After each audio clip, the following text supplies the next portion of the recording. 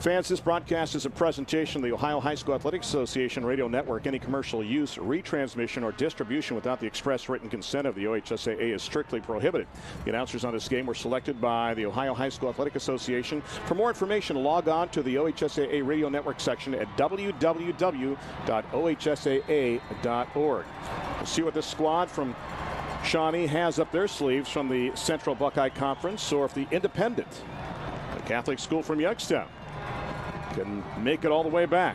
McWilson with the kick to start the second half. Shawnee will go from left to right. They fumble the kickoff. They pick it up at the 12-yard line and will go down at the 14, as losing the handle on the football after he picked it up was number 23. That was Drew Young, and only gains about 2 yards on the return, and that's where they will start this drive 5 seconds into the second half. Yeah, hopefully that is not what is things to come for Shawnee. A little mistake there on the kickoff. You know, bad field position to start, but like I said, this is the momentum time right here. And I'll ask you after this play, what do you think really worked for the Braves in the first half? And we'll get your answer on that after this first down play from just past the 14-yard line.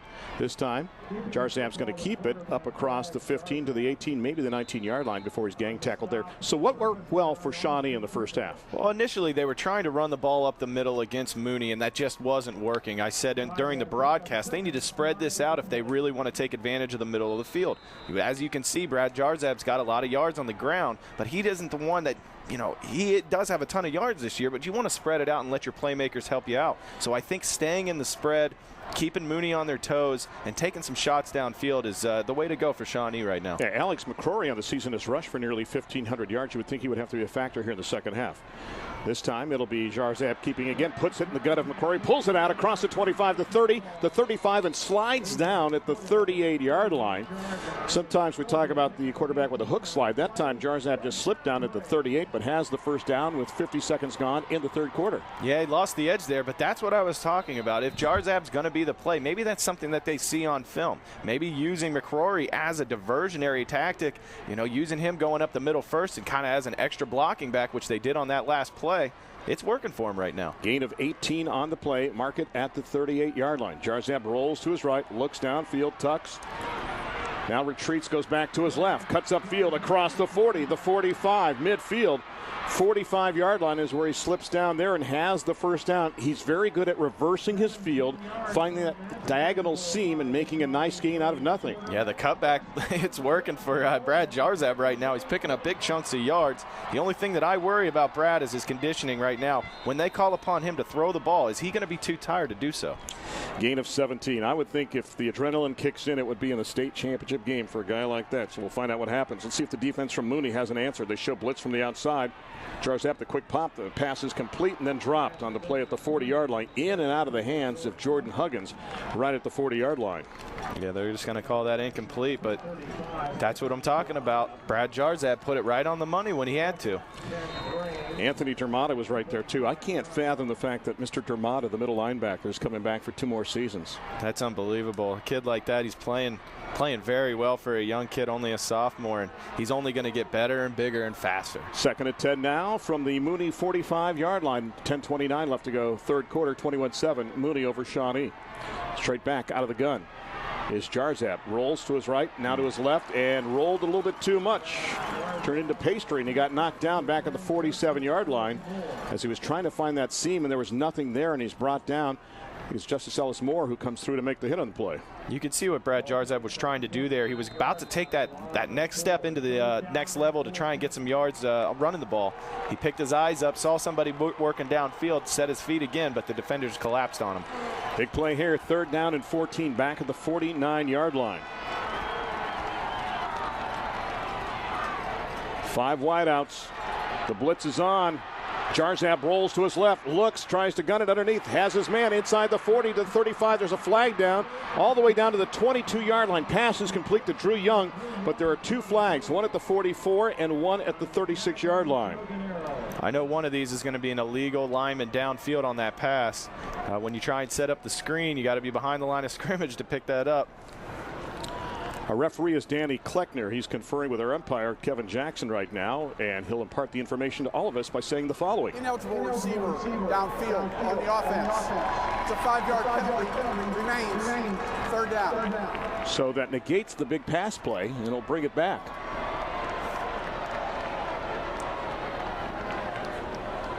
.940 left to go, and mark it all the way back to the 44-yard line, actually the 46-yard line in Braves territory. So that was a nice gainer on the play. And now the signals being sent in along the far sideline. Head coach Rick Meeks is also the offensive coordinator for that spread or option or occasionally the T formation that they like to run out of. They'll go with trips to the bottom, one to the top from the gun with one back to the right of Jarzab. Looks to his right, now looks to his left.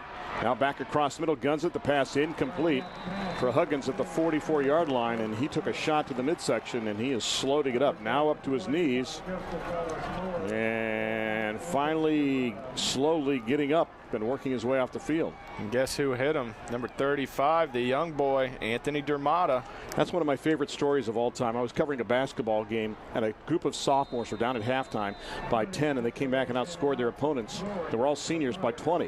And I asked the sophomores at the end of the game, I said, what was the difference? They said, Coach said don't play like sophomores. Coach said play older. And they did. McWilson waits for the punt. It hits inside the 25-yard line, trickles to the 21, rolls across the 20, and has its last gasp at around the 18-yard line, and that's where it will rest with 9:03 left to go here in the third quarter. And 21-7, the count in this one.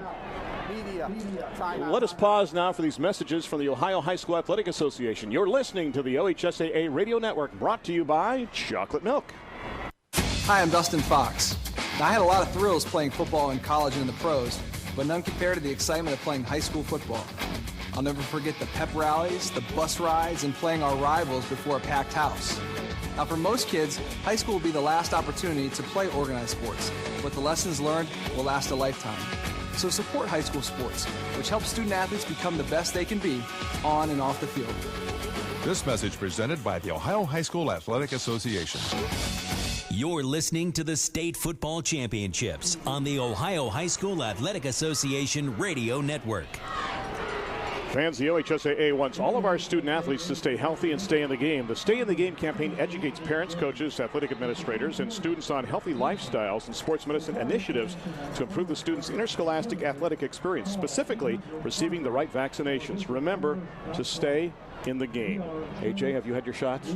I've gotten all my shots. Good. Rabies, tetanus. I'm set. You've had your chocolate milk. You've had your Taco Bell. Yes. I'll put some Marathon in your tank. I did. I'll get you some Farmers Insurance. Bop, bop, bop, bop, bop. Yes. I think you're all set to go here. I'm fully covered right now. Let's play some football, shall we? 1st and 10 from the 18 for Cardinal Mooney. Up by 14 in this contest, 21-7. Looking for more. Already D5 has crowned their champion. It's Kirtland. That happened over at Paul Brown Tiger Stadium, where Todd Bell and Justin Zwick call all the action. 28-13 over Coldwater. The handoff around the right side. It goes to Roosevelt Griffin.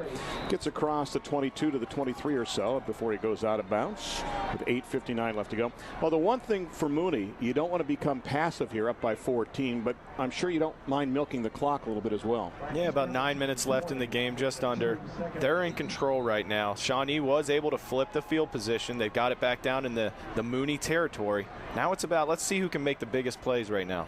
And after this play, I'll ask you what they did effectively in the first half as well, too, to get that lead of 21-7. And folks, we mentioned that no scoring in the first quarter, but everything happened in stanza number 2. They go with Jones and Fairger wide to the bottom, one wide out to the top here. Backs from an eye in the pistol set is Quinn, who's going to call his own number and get across the 22-yard line before he's bent back right there. Good pursuit defensively by Grant Miller and company. All right, what did the Cardinals do well in the first half? They were efficient with the ball. When they ran the ball, they picked on the left side of that line, as we talked about earlier, picking up huge chunks of yards. When they threw it, they either made the play or they didn't put the ball in danger, as P.J. Quinn, the veteran back there. They're moving the ball effectively, obviously avoiding the turnovers, and they're picking up those crucial third downs. Difference in total yardage is only 9 between the two, but the difference on the scoreboard is 14 points. Third down at 6 now from the 22-yard line. 3 to the bottom, 1 to the top. Back, just a solo back behind Quinn on the slant. Has his man across the 30, after the 34-yard line, and the pass is caught by Quincy Jones. And Jones makes the catch, takes the hit. Whenever you go across the middle, that's the price you have to pay. And Quincy had 16 catches coming into this contest and has enough for the first down. Interesting thing about Cardinal Mooney, they've got some speed burners on this team. And I asked Coach Flecko, I said, any idea what anybody runs the 40 in? He said, believe it or not, in my tenure, we've never timed anybody in the 40. He said, I really don't care about that. It's what you do on the field. You know, I like a coach like that. So much stock is put into how many times you can bench 225 and run the 40. Let's play some football.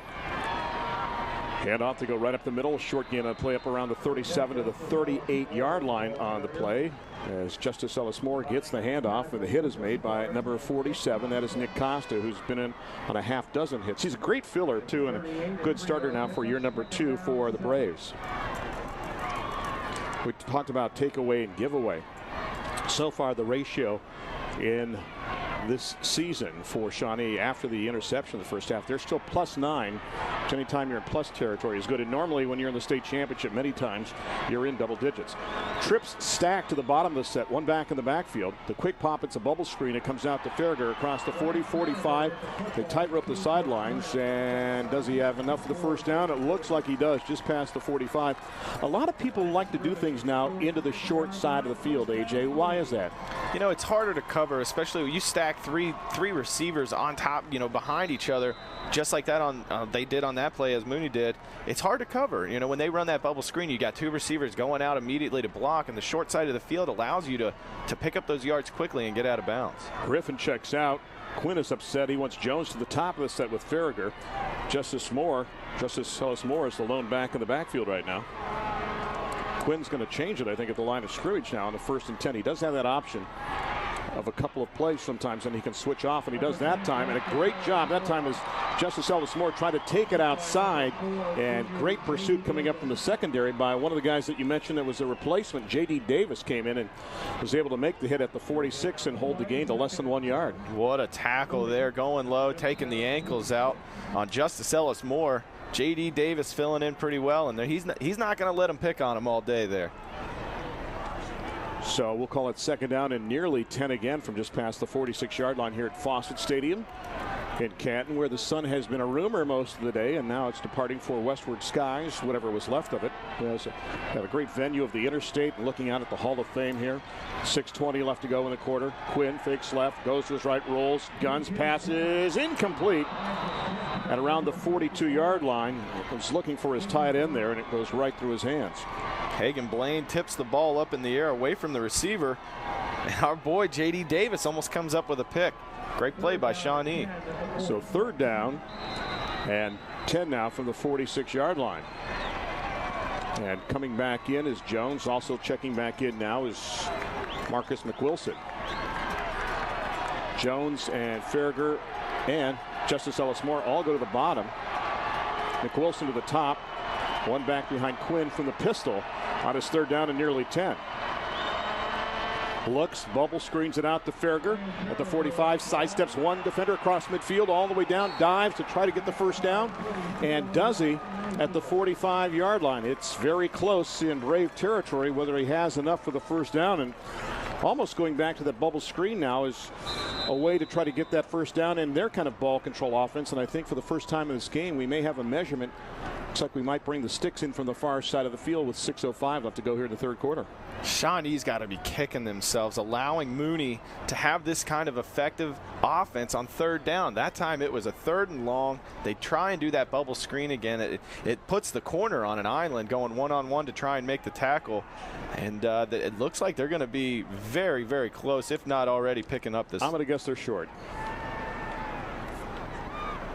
You would be wrong. I was wrong. I can't see because I'm blocked out by the team. The sun was in my eyes too, but anyway, it is a first down. But we cannot see near side, but they stretch the chain out and they give them the first down. So that's a couple times now they've gone to that bubble screen, and Farragher's got just enough yardage by less than the length of the football to move the sticks. Yeah, and I'm looking at the Shawnee sideline right now. Nick Hines is on crutches with looks like the left leg wrapped up, so it looks like he might be done for the day. So we'll see more of J.D. Davis in this contest, especially on defense. Two backs from an eye behind the quarterback Quinn. Rolls to his right, hands it off to Griffin. Roosevelt trying to look for the opening far outside and stays on his feet. He got hit at the 42-yard line and bounced off like a pinball. I think everybody thought he was going to go down or go out of bounds, but he was able to bounce off that first contact. And again, we talk about that low center of gravity, and Griffin has that. Had a nice gain all the way down to about the 36-yard line. Again, not real tall at 5'9", but that's some powerful running, breaking off of 2 or 3 tackles there to pick up 8 yards, almost 9 yards on that play. They go to the bench now, and Michael Bruno will check in with a play from head coach P.J. Fecco. 37 years of age. He's only coached at Mooney. He's a 93 grad.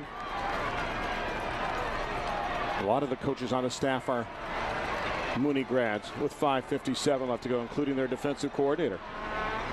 They fake the handoff, and Quinn will roll to his left and take it and tuck it and get it down to the 33-yard line. Had a chance to have an extensive conversation with Chris Emil, a 94 grad.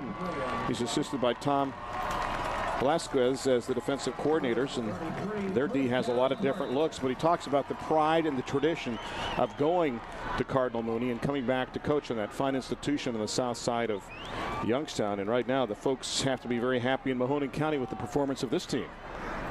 They've got to be. Mooney's approaching 200 yards. They're at 192 right now on the ground, averaging 263, almost 264 yards on the ground per game. Right on pace. 1st and 10 from the Braves' 33-yard line. Griffin the lone back.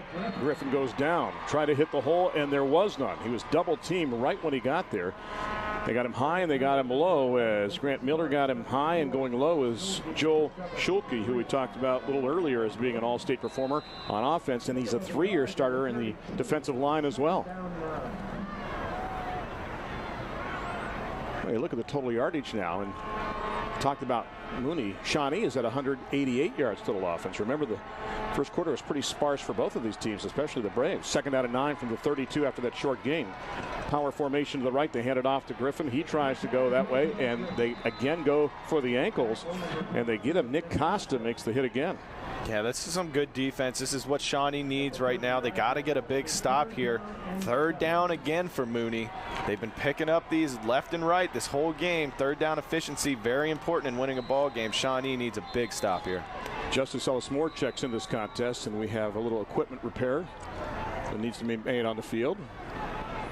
And might have some blood perhaps on the elbow of number 59. Ooh, if he has to come out, this could be big on this 3rd down. That is Austin Turgovich. He is your starting center for the Cardinals, so he will check out, and checking in his stead is Troy Ferris, and Ferris 5'9", 230, and a senior. So a quick repair will be made to, it looks like, what, perhaps the right elbow?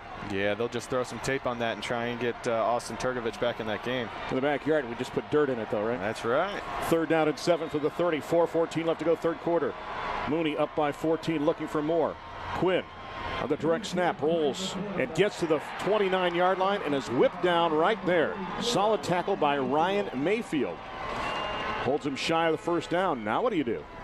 You know, Mooney's gone for it twice already on 4th down. This one about 4th and 6th. They've got options. They're up 14 right now. They can do whatever they want right now. And it looks like they're going to leave. Well, Turgovich is back in after getting the arm repaired. Do you go back to that bubble screen again, or do you go to that running play off the left side? Those have both been successful for you.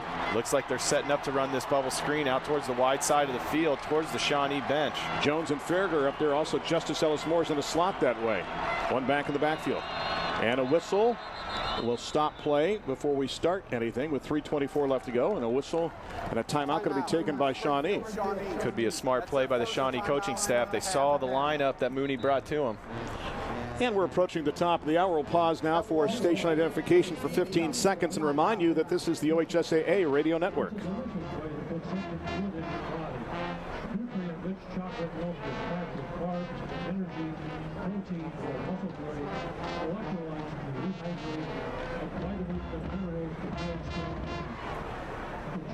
And welcome back to Fawcett Stadium here in Canton as it's 21-7. Timeout taken on the field as they take a break. We'll pause now for these messages from the Ohio High School Athletic Association. You're listening to the OHSAA Radio Network, brought to you by Chocolate Milk. I'm Professor Burke from the University of Farmers, where agents graze in the fields of excellence. And this is a pop quiz. True or false? The best way to protect something new is to cover it with space-age plastic wrap. False. With Farmers' New Car Pledge, you can receive the replacement value if your new car is totaled in the first 2 years. If you said true, unwrap your couches, then call a Farmers agent. We are insurance. We are Farmers. Restrictions apply. Not available in all states. Call a Farmers agent for details on all of our auto coverage options. Find your local agent at farmers.com. This is Dr. Dan Ross, Commissioner of the Ohio High School Athletic Association, and you're listening to the OHSAA Radio Network. Dr. Ross, thank you very much. And it wasn't easy to get this to happen, but Dr. Ross had the vision of this OHSAA radio network along with Tim Streed, and those two men have made it a reality along with our great engineer Joe Turnavant and the guiding force a couple years ago of Mike Holman as well too. We thank all those gentlemen for their help for making this a reality. Reality here is a 4th down and 6 situation for Cardinal Mooney from the 29 of Shawnee with 3:24 left to go and up by 14. Quinn to throw, looks, guns, and the pass is knocked away. Looking for Farragher inside the 10-yard line. Great defensive play that time by Drew Young.